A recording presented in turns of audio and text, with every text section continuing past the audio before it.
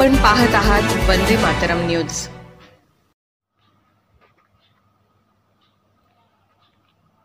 अमोल कोल्हे यांच्या बॅगांची ही झडती।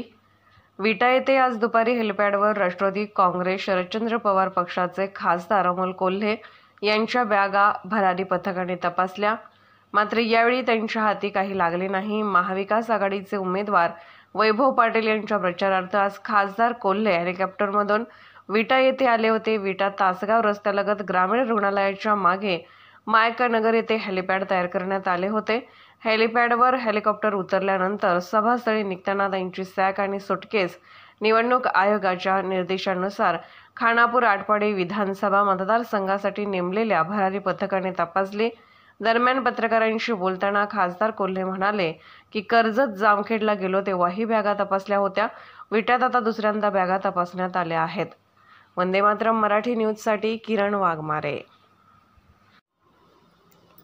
अशाच ताज्या घडामोडी आणि बातमीसाठी वंदे मातरम न्यूज चॅनलला लाईक करा, शेअर करा आणि सबस्क्राईब करा।